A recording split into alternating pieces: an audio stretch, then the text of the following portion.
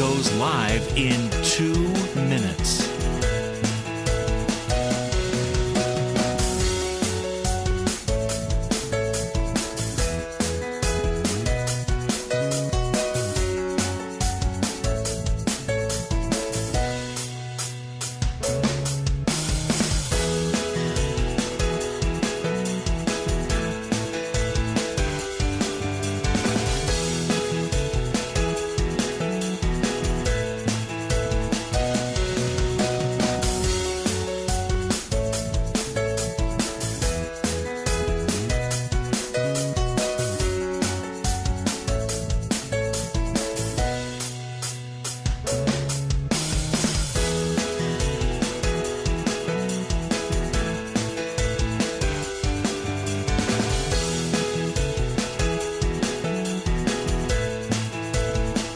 Lynn Cullen live in 1 minute.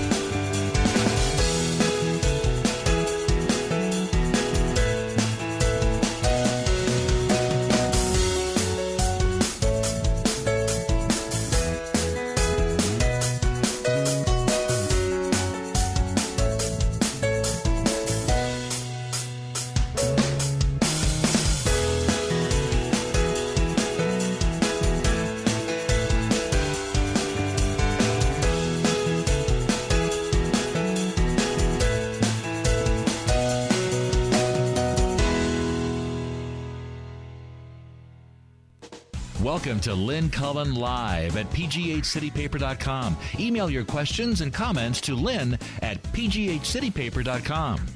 Hello there and welcome. It's Monday. Jeez. You know how sometimes when you wake up on a Monday and you're in denial? I had one of those Mondays. I thought, oh, it's Sunday, right? It's Sunday, right? I kept telling myself, it's Sunday, right? And then slowly the fog lifts, reality intrudes, and it's Monday. Oh, dang, it's Monday. So here we are again. I'm glad to be here. Once you get roused and up, I get less cranky, I guess. Speaking of inability to sort of deal with reality, I have in front of me a fourth grade science test.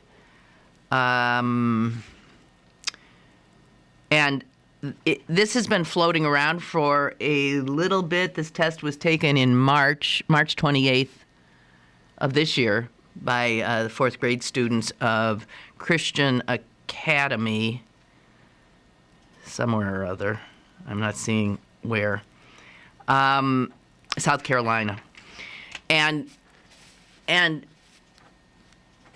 it took Snopes, the site that tries to determine what things floating around the internet are true and what are not, since there is so much extraordinary misinformation out there.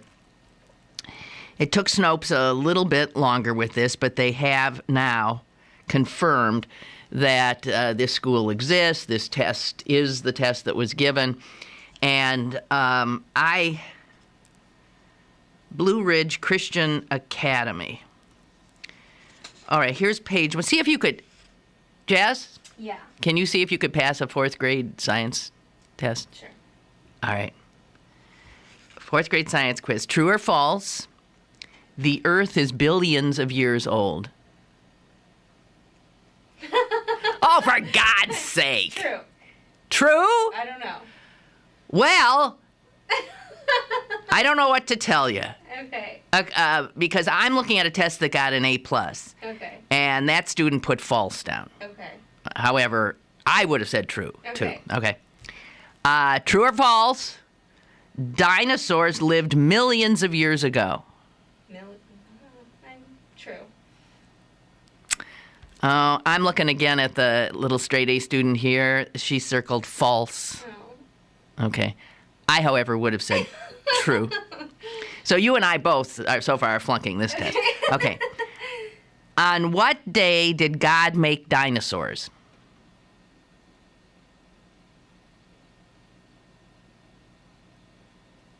I don't know. Day 1? No! On one I don't know. Oh, you're pathetic. Okay, so you're totally losing. Okay, the 6th day. Okay. It's when he made all the beasts and the... Okay. Yeah, ready. True or false? Dinosaurs lived with people. False. Oh, I'm sorry here. The correct... The correct answer is true. The correct answer is true.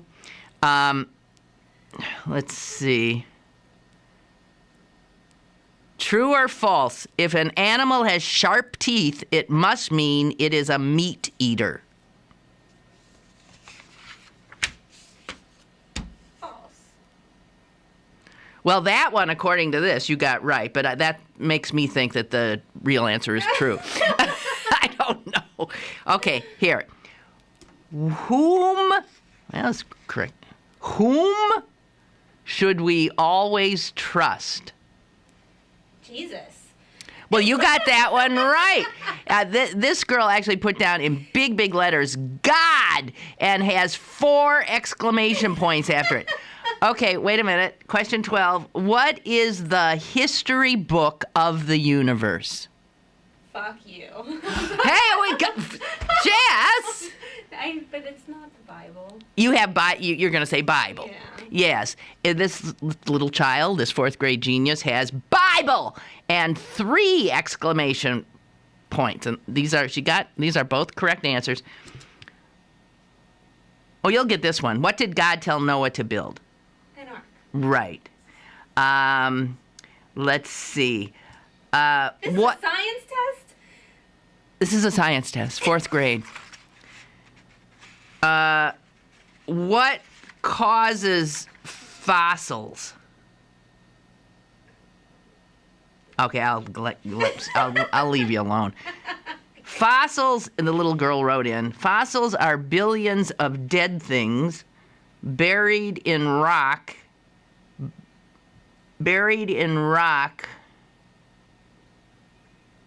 I can't quite read this writing, by water all over the earth.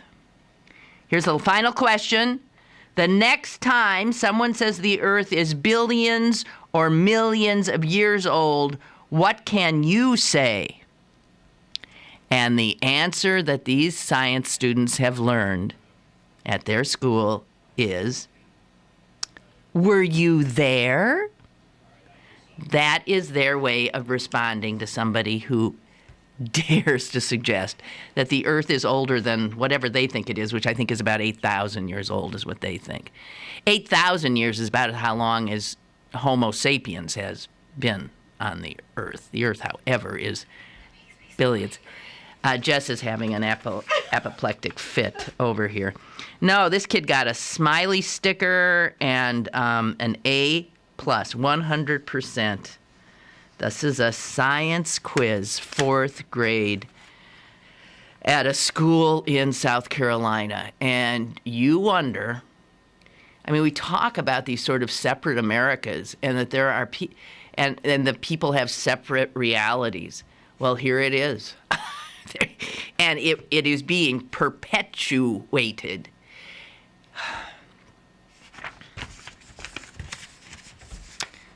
Wow. Wow. A science class. Okay, well, I saw that this morning and I became a little freaked. Ray writes of the test. Lynn, I don't mind that the Christian Science test was factually ridiculous, but can't they figure out who and whom? I was thinking the same thing. Obviously, the science teacher, doesn't know English either. Grammar doesn't offend God, does it? Oh, God. No. Pun, and that was not quite a pun. Oh, my Lord. I mean, can you imagine you send your child to a school to be taught the exact opposite of what reality is and what science does teach us. It's mind-boggling. Well, then, given that test, what do people who inhabit this universe of fundamentalist Christian belief and denial of science, what do they make of the world around them? And it's neat that they have this. I mean, the students are being taught these ready-made responses to anyone who would attempt to argue with their education. And that is, the teacher quite clearly has told them to say, "Oh, were you there? How do you know? Were you there?" So, given that, and because this news broke, I believe, Friday after I was long gone, and it bears a great deal of attention, and I'm sure maybe you saw a little passing reference to it, but I want to go into a little more detail, and this is something that if your child was attending a legitimate school in which science was actually taught, this would be something that any good science teacher would immediately be talking about and getting the children interested in how science is playing out constantly and in a way that does have a constant impact on us. This story, though, is also about how we have an impact on the earth. So, you probably know what I'm going to talk about. They have been, people, scientists, have been measuring the amount of carbon dioxide in the atmosphere for many years. And when scientists first started blowing the whistle about how our behavior was impacting the environment and not in a positive way, the one thing they said was, "Hey, look, we're looking at the level of carbon dioxide in our atmosphere, and it has been crawling up and now is sort of rapidly going up. And this is pretty much since the Industrial Revolution. And we fear that if we ever reach a reading of 400 parts per million, that this could portend potentially catastrophic changes in our climate and in the level of our oceans." So, I'm sure you did possibly see a headline or so that said, "We reached it. We've reached it." And it wasn't just a sometimes thing. Every once in a while, they'll get a 400 reading for one reading. But this was a sustained 400 parts per million reading. And this is, all readings are taken at the exact same place. This is on top of a volcano in Hawaii. It's been, New York Times calls it ground zero for monitoring the trend on carbon dioxide. And one of the reasons they do it there is the devices atop this volcano are sampling very clean air that has blown thousands of miles across the Pacific. And apparently this is the best air. They're not doing it atop some polluted city such as Pittsburgh, Pennsylvania. They're essentially trapping air that has been over the ocean for a long, long time as it is carried east. So, what this tells the scientists is, first of all, that this is happening faster than they thought it would. Also, that whatever we are doing, human beings, to keep our carbon emissions under control? Clearly not enough, because it's still going up, up, up. Here's what they know. And I see, now here's when you read something like this and think, well, what would that science teacher say to the kids about this? The amount of carbon dioxide in the air has not been this high for at least, get this, 3 million years. 3 million years. And that is long before human beings even existed. And how do they... Now, here's the answer to the kid who's been taught to say, well, how do you know that? Were you there 3 million years ago? All right, here's how scientists know that. They study air bubbles that have been trapped in the ice in Antarctica. And they have studied these bubbles going back as almost to 1 million years. And what they have seen during that period, let's say the last million years, is that the level of CO2 in our atmosphere does go up and down and up and down. It oscillates in a pretty tight band, so that at the lowest levels in the last million years, it has been at 180 parts per million, okay? And that was during the ice ages. The lowest CO2 levels correspond to the ice ages on the Earth. The high level for all those years until human beings popped up was 280 parts per million. And those 280 readings pop up around in the warming period. So they can absolutely track this up and down that has to do with warm and cold, ice age and warming periods, ice age and warming periods giving rise to more carbon dioxide in the atmosphere. So, for the entire period of human history, which is 8,000 years about. That's it. It's a blink. It is like a nanosecond in the history of the Earth itself. The carbon dioxide level in the last 8,000 years was relatively stable near that upper level for the warming periods. It was always around 280.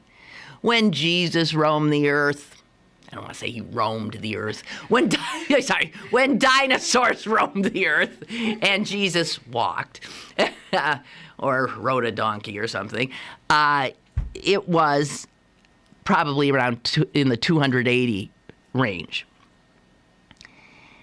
But when humans started, when they found fire, when we started burning stuff, burning wood, burning coal, burning anything to heat ourselves, you see that level start going up and up and up. And then, with the Industrial Revolution, think now of the sky with smokestacks spewing this stuff into the environment for the first time, right? And continually. And now we're up to 400. Never before seen. Caller, go ahead, please. Hello. Hi. How old do you think the Earth is? I don't have a clue. I mean, if they're saying... They're saying 8,000 years. What? Well, they found that's older than 8,000.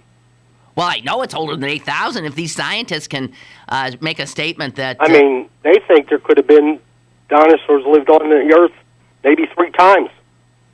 They have proof of that. So we really don't know that far back what the weather, what, the ozone and all that baloney is. No, I do agree the air is terrible. No, they That's do all know. I had to say. Have a good Okay, day. bye. No. They do know. It's amazing. They drill down into the ice. They take these cores of ice out, these tubes of ice out, and they can read them. They can read them. It is astonishing what we do know. And geologists can read rocks. Believe me. And I took one geology course, it blew my mind. You can see the extraordinary age of this earth. I'll tell you, take a look at some of those rocks falling down, when like McCardle roadway gets blocked. Those rocks, I assure you, are older than 8,000 years. Those rocks once were part of a mountain range higher than the Rockies.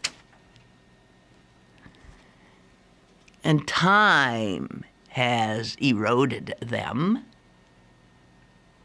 Other mountains are forming, of course, from constant volcanic activity.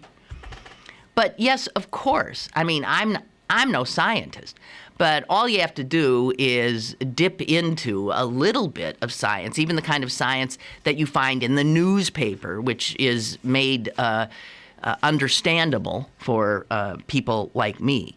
And you know that scientists do, in fact, know that we go back millions of years. I mean, didn't you ever go in school and have to memorize all those, different eras? Now can I think of any? Give me an era, like the Pleistocene, or I can't think. Oh, man. Anyway, so here's what they think. They think that the last time a carbon dioxide level could have been as high as 400 parts per million would have, in fact, been at least 3 million years ago during what is called the Pliocene or Pliocene epoch. And from geology, from looking at the rocks, right? Scientists have been able to tell that about 3,000 years ago, the climate was far warmer than today. The world's ice caps were far smaller than they are today. And the Earth's sea levels were probably 60 to 70 feet higher than they are today. Okay, so that's the last time, 3 million years ago possibly, that CO2 levels were this high. Let me tell you, there were no human beings around then. So we don't know how humans will adjust to these changes. But if you look at the fact that human beings are here now in large numbers, that they congregate around water. If you look at all the coastal areas, that's where you're going to find large cities. That's where you're going to find tons of population. And if our sea levels, and we know they're rising, if they continue to rise, you will have, over time, billions of people on this planet displaced. When billions of people get displaced, all hell breaks loose. The consequences of this continuing pollution of our atmosphere is going to be horrific. And I got to tell you, if you read any of the in-depth articles about this, the quotes from scientists are scary. They're scary. I'll give you a few. Here's one scientist. It feels like the inevitable march toward disaster. Here's another. It takes a long time to melt ice, but we're doing it. It's really scary. Here's another. Unless things slow down, we'll probably get to 450 parts per million in under 25 years. And frankly, 450 parts per million has been the number that's been adopted by many nations as the official target that we cannot go above. Okay, so this one scientist says we'll be there in less than 25 years. And let's look at what the nations of the world are doing to prevent this. It will create economic cataclysm. It will create social cataclysm. It will create political cataclysm. It will create cataclysm in every way, shape, and form. Let's be clear, and the scientists are clear about this. There is one country that is most guilty for this pollution.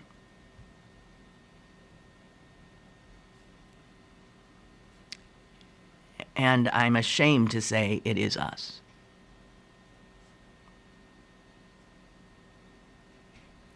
We have, because of our riches and our lifestyle, we have enjoyed the luxurious lifestyle for longer than any other nation has, in an age when we can have 3-car garages and all this stuff. And we are the ones that have spewed the most crap into the air.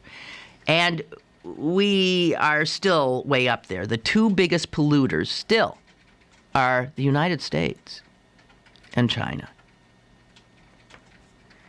And those 2 countries, the United States and China, have both continually refused to adopt binding national targets to reduce these CO2 emissions. This does not bode well. This does not bode well for us or the earth. And I don't know. You know, this is not the subject. This is not the kind of subject that cable news gets all hot and bothered about. And this is not the kind of subject that we generally, or I even, talk about. But this is a subject that we ignore literally at our own peril, or at certainly the peril of our children and grandchildren.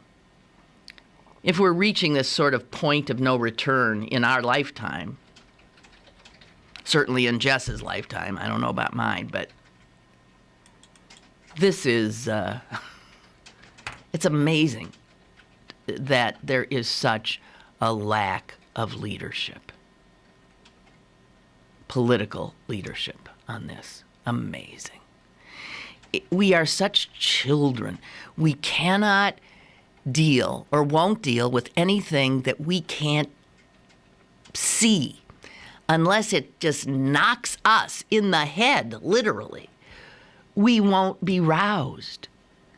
And so we don't see any real evidence of this now. Oh, yeah, the weather's a little squirrely lately. Seems strange. And we're told that has something to do with it. But really, I mean, nothing much has changed. Nothing. We're still fat and happy. It's not like it's...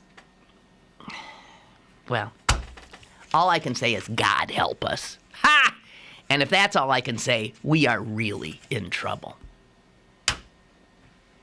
Okay, I'm going to take me a break. I'm being told that the Earth scientists believe is about 4 billion years old. Although anyone saying that at that Christian school in South Carolina is going to flunk. Big time. Okay, we'll be back in a minute. Email your questions and comments to Lynn at pghcitypaper.com or call Lynn at 412-316-3381. Lynn Cullen Live will return in a moment. It's warming up outside, so get to Little's for all your spring needs. Little's has everything for men, women, and children to stay in style for this upcoming hot summer. Lots of great colors from Dansko, New Balance, Steve Madden, and much, much more. Don't forget to come visit this season's colorful handbag selection as well. Little Shoes, Pittsburgh's largest family shoe store, 5850 Forbes Avenue in Squirrel Hill. Hey, I've got an idea for you to help the environment and to get some exercise, too. Are you ready to paddle the point? Paddle without pollution. This is a wonderful event. Pittsburgh's own unique nonprofit watershed stewardship and education organization. It is going to hold its third annual cleanup of Pittsburgh's 3 rivers, Saturday, June 8th. You can take part. Dozens of kayakers and canoeists will, take off from 3 points, one each on the Allegheny, on the Ohio, and the Monongahela, and they're going to paddle toward Point State Park, picking up trash on the rivers as they go. After the cleanup, volunteers will get rewarded with lots of food and entertainment and prizes. And there'll be special awards like the most interesting find, God forbid what that might be, and coveted Garbage Barge Award. Last year's cleanup removed more than 4,000 pounds of garbage from the 3 rivers. That's just people in canoes and kayaks doing it in this one day. 4,000 pounds. Dozens of tires, large items, 100 bags of litter, all of this. They'll get more this year because this event grows and grows and grows. Why don't you be one of the people who helps it grow? Join Paddle Without Pollution June 8th. Help protect our rivers, have some fun, get some exercise, be part of a very special effort. And to register, simply visit paddlewithoutpollution.com. Pittsburgh City Paper is seeking 10 local artists to design their own street box for our 2nd annual public art project to be featured throughout the city of Pittsburgh. Go to www.pghcitypaper.com and click on the Art Box link for more details. The Pittsburgh City Paper Art Box Project, brought to you by the Westmoreland and Hill House Association.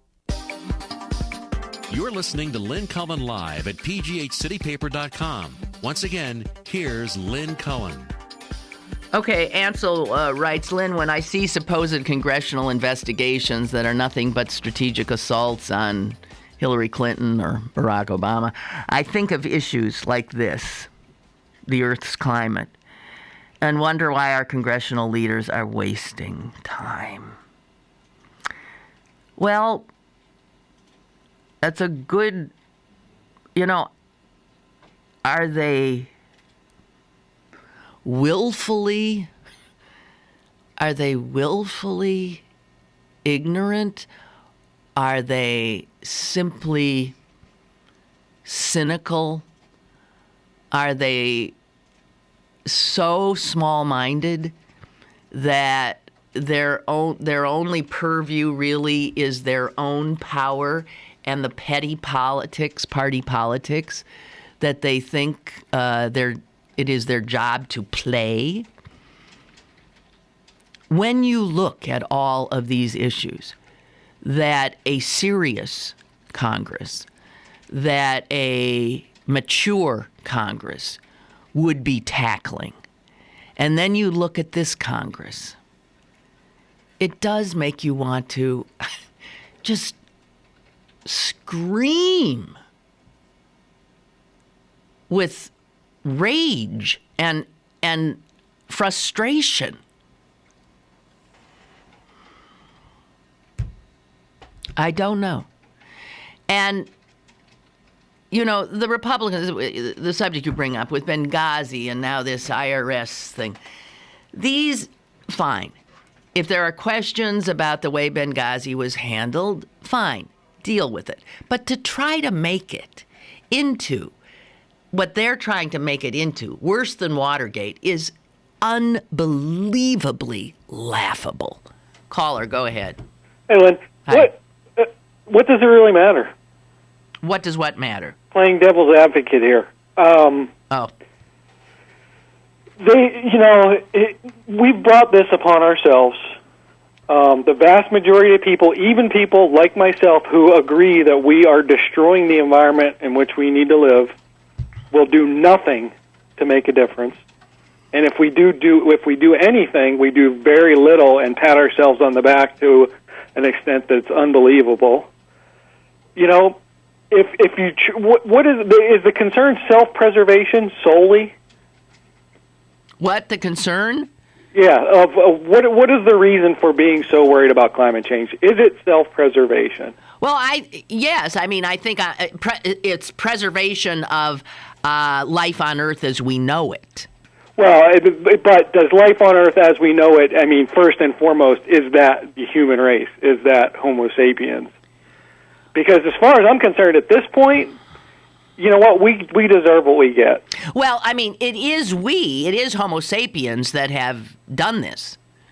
But we'll take everything else, living thing with us, and we're doing that, as we know. Well, and that, that's what disturbs me the most about it, is the fact that I couldn't care less. We reap what we sow. It's the chickens coming home to roost. But what bothers me is we're taking the nature that I love so much, that ecosystem that I've seen with the whole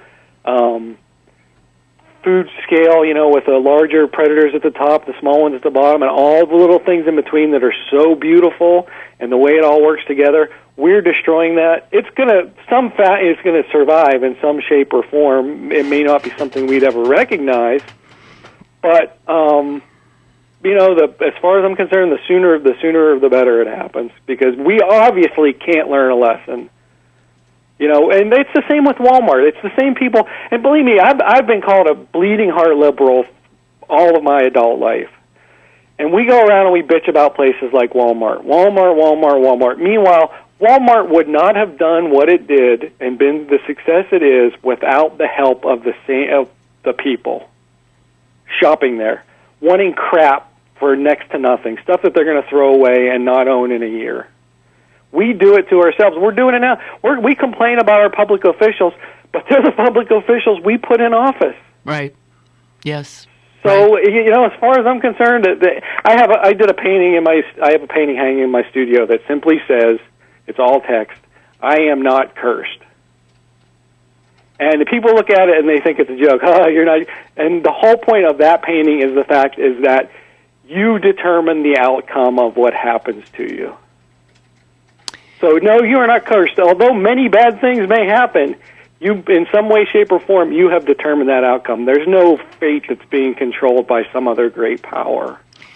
And we obviously don't understand that. No. So. We're fat, lazy, happy, clueless, and it's sort of like all these things we learn. Like, I'm thinking of it's not unlike Sodom and Gomorrah, right? Sure. If here's what, if people believe in God and that this earth is God's creation, what did God do when he felt that, Sodom and Gomorrah, for instance, were, just befouling in every way his creation? He destroyed it, right? Right. And we are now Sodom and Gomorrah in a different incarnation. And, we'll destroy ourselves. We will destroy ourselves. The fact of the matter is, I really believe that I don't think it's going to be cataclysmic, and I don't think we're just going to, at some point... No, it's not. By cataclysmic, I don't mean like a one, like bang.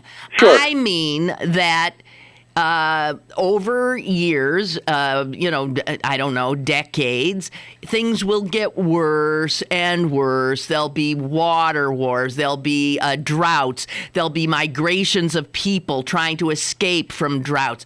There will be then wars keeping people at bay. There will be chaos eventually all over the globe. Well, but, I think the people that are living in that period of time will be saying, well, geez, I guess, what are we going to do? And it'll be their status quo. They'll be used to it. Well, we'll see. And I hope. Well, I don't know if we will, but... Well, I don't think it's... If these scientists are saying we'll get to the 450 level in 25 years now if we don't really wake up, and we won't. So in 25 years, I mean, my son will be middle-aged, and he'll, I hope, have children, and they'll be living in a world that we cannot recognize. Yeah, and hopefully they'll, I don't know, I don't like to do things out of spite, but somebody needs to point some fingers and say, you guys were just... But so who ends up, so my kid ends up, and his children end up being, they're the ones that get the result of this. They are innocent. Sure. They're innocent. Well, they are innocent. I mean, the best thing you could do is lay out I'm sure you have raised your son in a way that he's smart enough, knowing you, that he realizes this situation. I mean, he doesn't think Jesus rode dinosaurs, does he? No. So, But there's a cynicism in him and a lot of his cohorts, and as they watch the inability of government to do anything. Well, sure, when you're young enough and have the energy to do something about it, you don't worry about it because you're immortal. And then when you get like us and you get older and don't have the energy to do something, well, then you sit back and you talk about it on the radio and complain. I'll see you later. Okay, goodbye. Bye.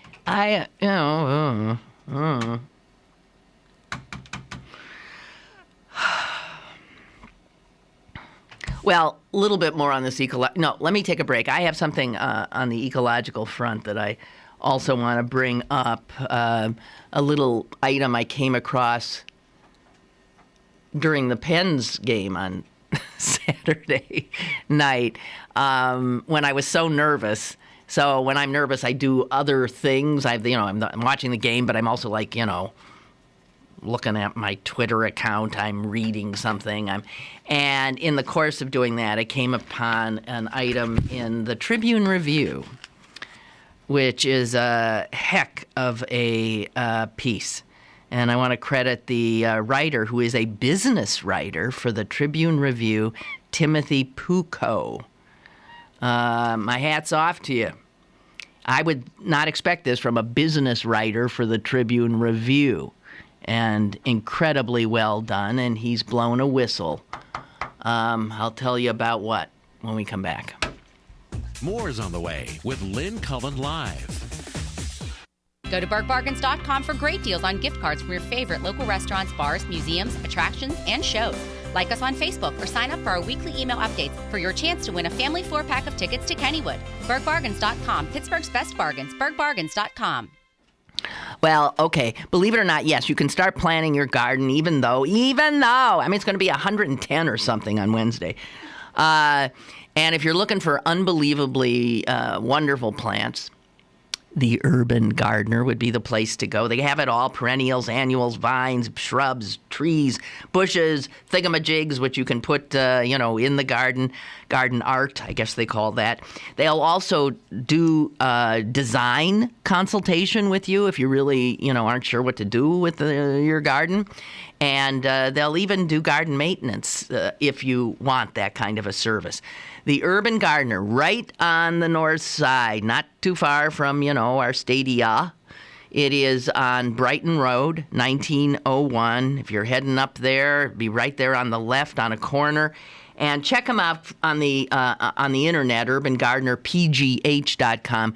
They are such savvy people. Their website's fantastic. You'll get on their email list. You'll learn all kinds of things. And when you go, do not fail to say Lynn Cullen, they'll give you a discount. Yeah, on me, Lynn Cullen. Do it. Welcome to Move Time Radio, presented by the Arthritis Foundation. And we're smack dab in the middle of our dance-a-thon to fight arthritis pain. Me, I've been grooving for 10 hours straight, baby, but I'm a boogie machine. See, movement is just one of the ways to help fight osteoarthritis pain. Another is weight loss. You get rid of just 1 pound. That's 4 pounds of pressure off each knee. For more information on managing pain, visit fightarthritispain.org.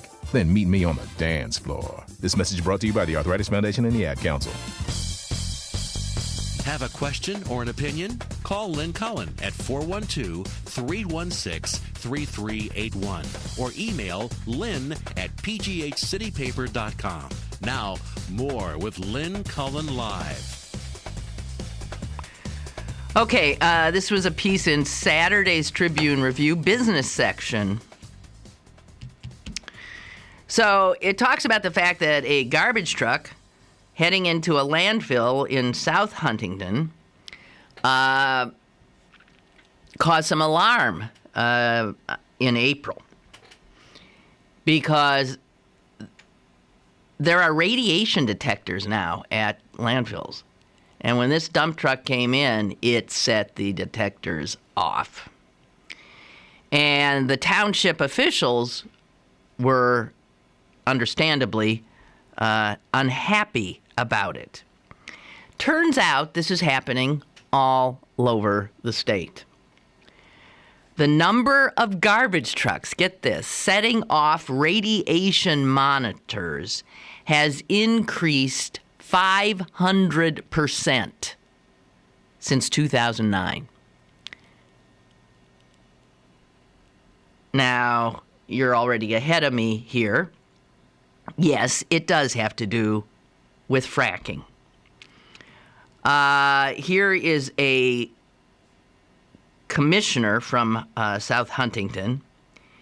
He says, supervisor he is, Melvin Cornell. He said, first of all, he says, we don't want these people dumping this crap here anymore. And he says, this stuff, they dump it, it's going to grow and grow. Hey, if there's nothing wrong with it, you take it and make a playground with it where you live. We don't want it here. Radiation alarms since 2009 at landfills in Pennsylvania went off. Oh, no, just in 2012. These alarms went off 1,325 times. That's 1,325 different dump trucks taking their cargo from a fracking operation and trying to dump it in the landfill here, there, and the other place. This is oil and gas waste. Now, apparently, this is bad enough that it actually has gotten the attention of the Corbett administration's Department of Environmental Protection, which takes some doing. While they continue to say everything's fine, there is no health risk, they are starting to pay attention. Where does this radiation come from when these trucks are dumping the fracking wastes? Well, from the very act of fracking itself, as they go down into those, millions of year-old rock formations and smash them apart, they release natural radioactivity that has been down there and, not bothering anybody. They release it, and up it comes with all the other garbage that comes up. The average radium content in Marcellus shale wastewater is more than double the content found in wastewater from other gas-producing formations. In other words, for some reason, Marcellus shale, that's our shale, is more radioactive. It's double the radioactivity of the shale that they're coming up with, and of the gas they're doing in Texas or Oklahoma. So there's more of it here, and we need to pay a lot of attention. The Geological Survey actually found that out in 2011, that our shale produces more radiation. Go ahead, caller. Hello, Lynn. Yes, yeah, hi. I have several relatives who work in the gas industry, fracking. Mm-hmm. And one in particular is actually in charge of environmental health and safety and environment. And the companies are really to blame. Fracking's been going on for almost 80 years. He contracted with a company regarding water.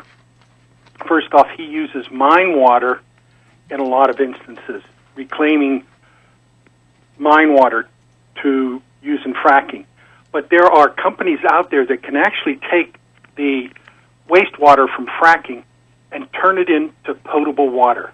So they can filter it and make it drinkable. What he does is they filter it and then he reuses it. Regarding the radioactivity stuff, he's hired several times. He's hired a company that has brought in special trucks and special train cars to haul this stuff away to suitable dumps. But these companies won't spend the money to do it. Hello? I'm here. I'm listening to you. I don't have anything to say. Okay. I'm just sitting here hearing it. Yeah, it's really, I mean, these companies are making huge amounts of money, and the problem is that particularly companies from out of state are a real problem. There's some companies that he said he thinks should be barred from working in our state because he's a very high-minded environmentalist. Mm-hmm. Yet he works for a drilling company. Mm-hmm. Well, and there are processes.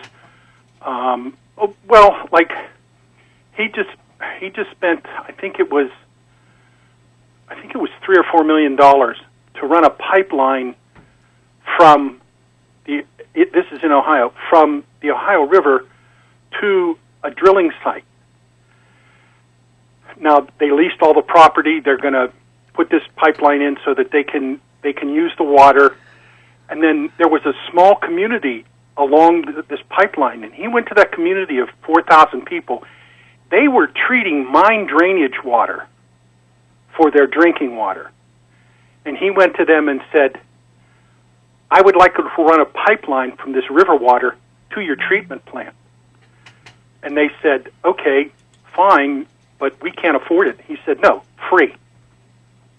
He ran, it was like about 2 miles of pipeline so that they can use river water into their treatment plant. And now he told him, he said, look, you're going to be responsible for the maintenance of this pipeline, and but I'll do that because he said, we'll be pumping out like 6 times the amount of water that we really need. So we'll pump out what we need and what you need.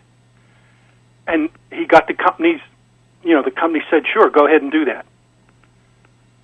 So things can be done. They really can be, but these companies won't do it because it might cost them an extra $1,000 or something. Okay. Well, thanks for your information. I appreciate it. But okay. Yeah, we got it. But you're right. We got to do something about all the pollution. Unbelievable. Okay. Bye. Yeah. Obviously, the spike in radiation alarms at Pennsylvania landfills corresponds directly to the increase in shale drilling here. I mean, the coincidence is ridiculous. And the fact that for some reason the radiation, the Marcellus shale wastewater is has more than double the average radium content that is found in wastewater from other, shale formations in other parts of the country. That seems to me to be troubling, and something that obviously those of us who live here darn well better start paying attention to. So it also says here, this is from a groundwater expert, that the average radium content in Marcellus shale wastewater is more than 40 times the federal limit for industrial discharges. But it can be diluted in treatment or separated with chemicals into a sludge. And then the radioactive sludge should be safely contained by the liners in a dump truck's bed. That's if you trust, hey man, okay, fine. You trust the guys with the dump trucks and that the liners are holding this stuff. The fact is when these trucks are rumbling into these landfills all around here, radioactive detectors are going off.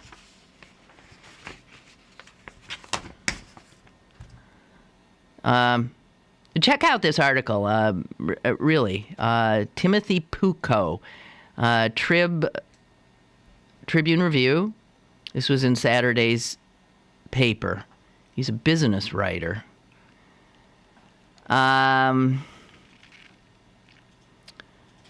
Says here, too, this is one last thing I'll tell you about this. There are still a lot of unknowns about radioactivity in gas development, especially whether it can get into homes through the gas, or if the state's landfills have the capacity to handle it.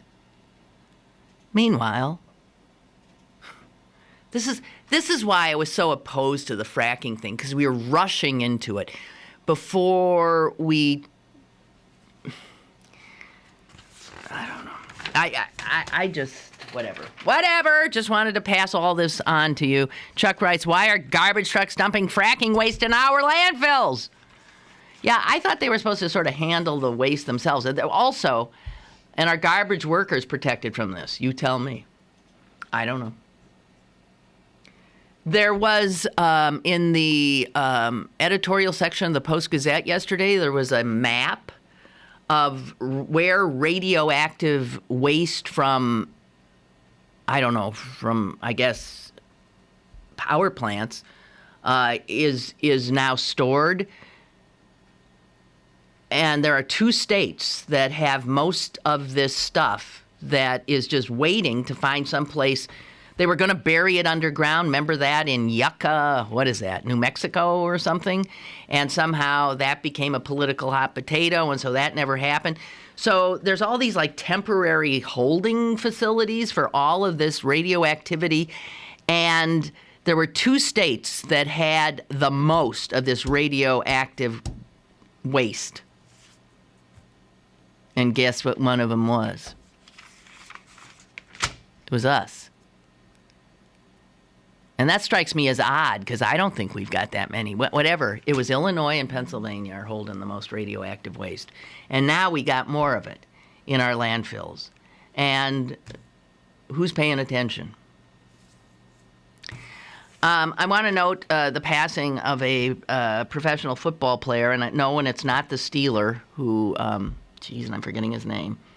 There was a Hall of Fame Steeler well before my time, because he was 85 years, who died recently.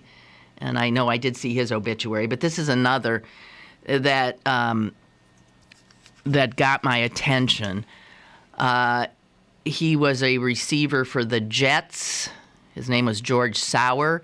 He was very much part of that incredible Super Bowl victory, the Jets' victory in Super Bowl III, I think it was, when Joe Namath famously said,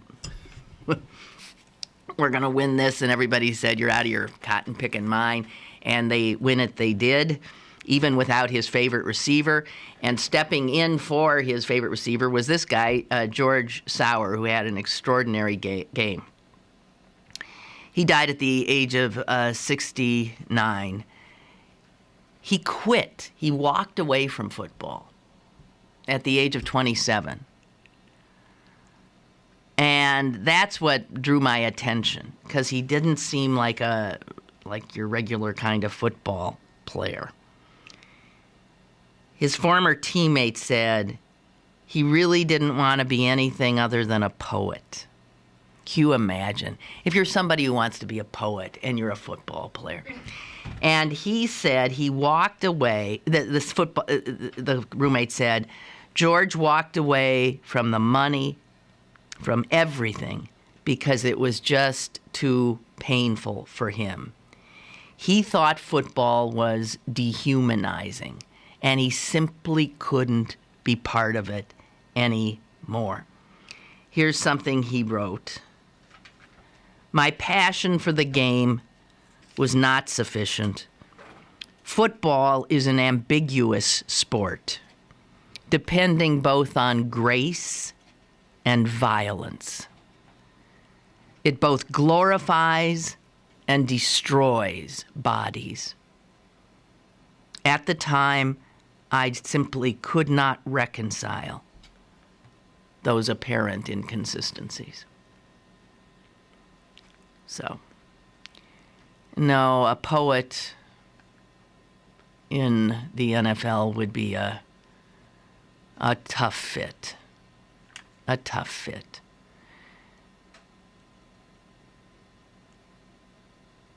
He also hated the sort of groupthink aspect of football, and he said, in 1971, he said, "You're treated like an adolescent. You're never given a chance to become responsible or self-disciplined. Even in the pros, you're told when to go to bed, when to turn the lights off, when to wake up, what to eat, when to eat. You even have to live and eat together like you were in some kind of a boy camp." He said the whole purpose is a grotesque business designed to mold you into someone easy to manipulate. Now, see, this is a personality that couldn't have made it in the military and couldn't make it in the NFL, but he was a gifted athlete. Wow.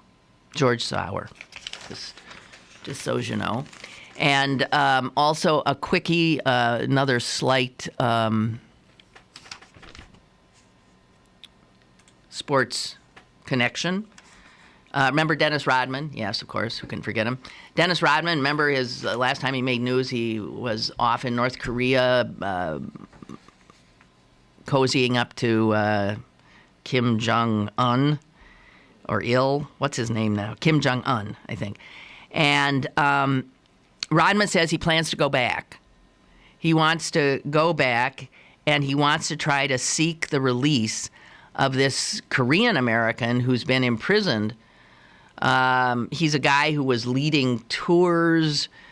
I don't know how you do that. He was a Korean American. He was sentenced to 15 years of hard labor because they accused him of committing hostile acts against North Korea. He ran tours from the South, apparently. He was accused of being a Christian missionary, and that'll get you 15 years of hard labor. So anyway, before he goes back to plead this guy's case, Rodman tweeted Kim Jong-un, and here's what his tweet said. Calling on the supreme leader of North Korea, or as I call him, Kim, to do me a solid and cut Kenneth Bay loose. That's the guy's name. Do me a solid, Kim, and cut Kenneth Bay loose. Now, this is not normal diplomatic lingo, but, maybe he has established a relationship with Un, and maybe if Dennis goes back, he can get this poor guy out. I'm sure much to the chagrin of the real diplomats, but what the heck. Anyway, that's it for me this day. I hope you have a wonderful day, and I'll be back tomorrow. We'll do it again.